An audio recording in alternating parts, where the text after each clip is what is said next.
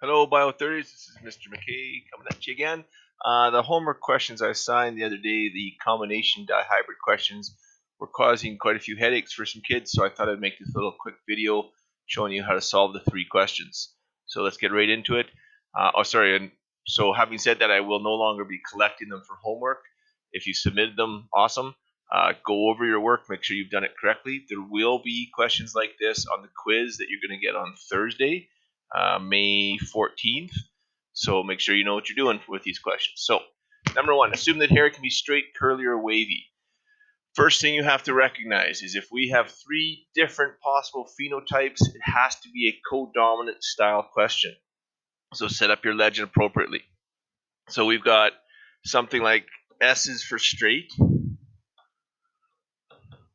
C's for curly, and then the heterozygous version has to have one of each. So SC for wavy. That's our legend for the hairstyle. Then it also says we have two colors, brown, which is dominant, and blonde, which is recessive. So this is just normal. Big B for brown, little b for blonde. There's my legend. A curly-haired blonde man. Curly-haired, so big C, blonde man means he has to be little b, marries a straight-haired, big S, homozygous brown-haired woman. Homozygous brown means it's got to be big B. Everything else from here on in is the same. We have to make first our gametes from the man. So the only possible gamete is a big C, little b. Gametes from the mother, big S, big B. Do your Punnett square. Combine them. Remember, you have to put the gametes for the same traits back together again. So in this case, the S and the C. And then big B, little b. That's it. That's all we have for this one. So our phenotypic ratio, 1 out of 1, or 100%, however you want to say it, is wavy, hair, and brown.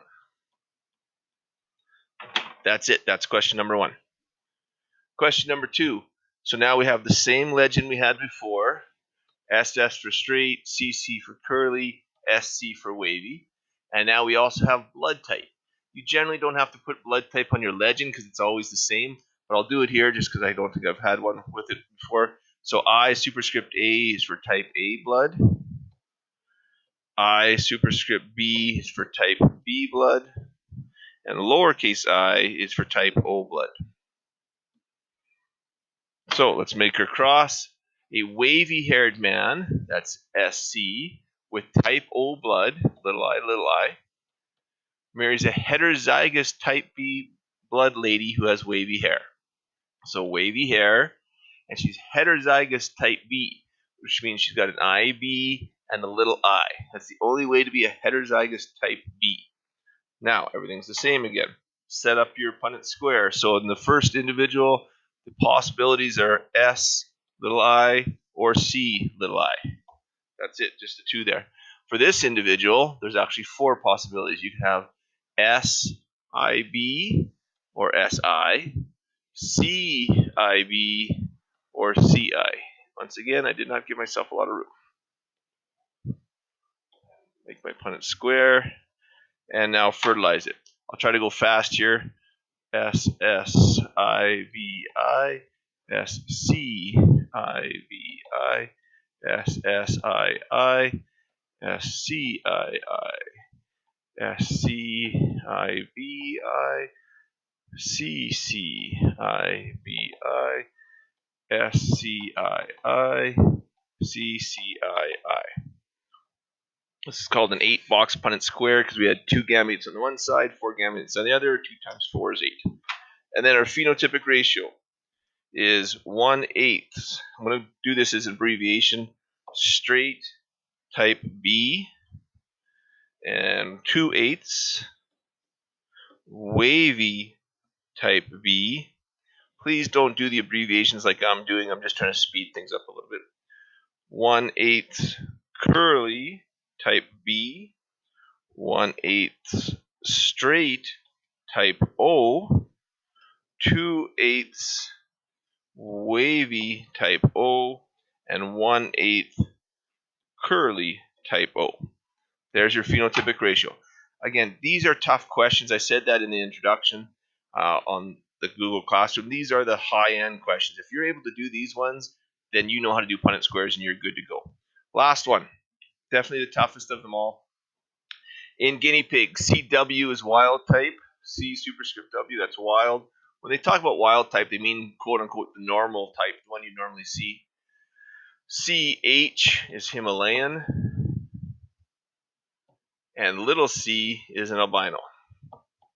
That's the first thing. It also tells you in the question, it'll always have to tell you, wild type is dominant to Himalayan, which is dominant to albino.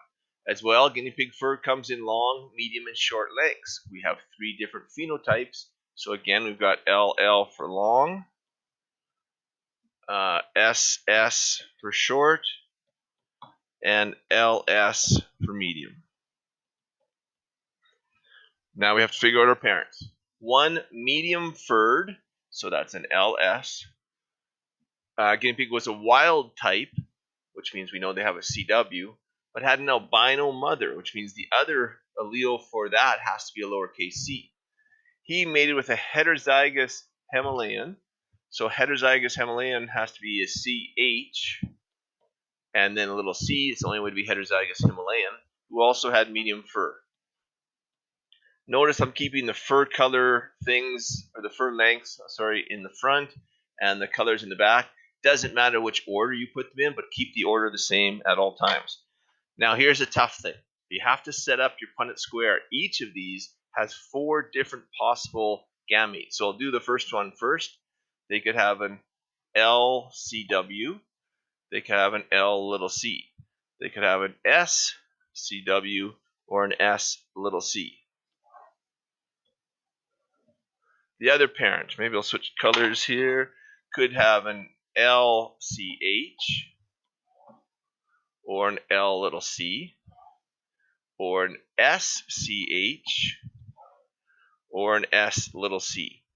There's your Punnett square. It's going to be a 4 Punnett square or 16 box Punnett square. I'm not going to take the time to fill it in on the video, but on the next page I'll give you the phenotypic ratios.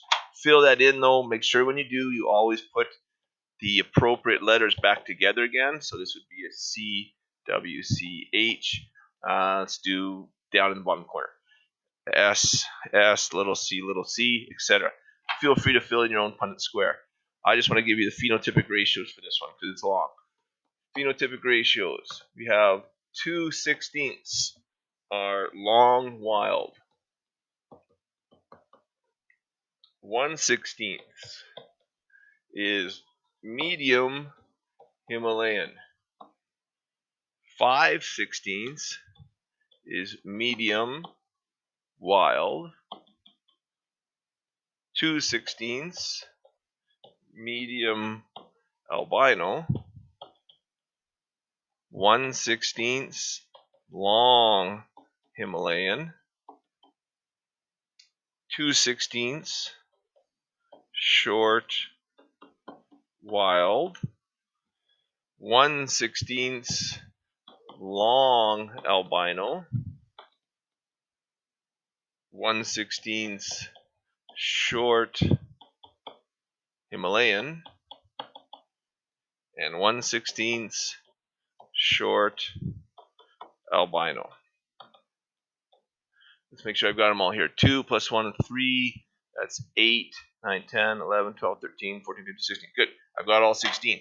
One thing that I would recommend, do not reduce fractions like this and like this. It's just easier to confirm that I've got all 16 of them accounted for if I don't reduce the fraction. Leave them as unreduced. There you go. 3 combo dihybrid questions. Again, tough questions. You've got to know everything. Regular dominance, dihybrid crosses, multiple alleles like in the blood type 1 in question 2, codominant situation like in the straight, curly, and wavy and things like that. Lots of stuff going on. There you go. Talk to you later. Bye.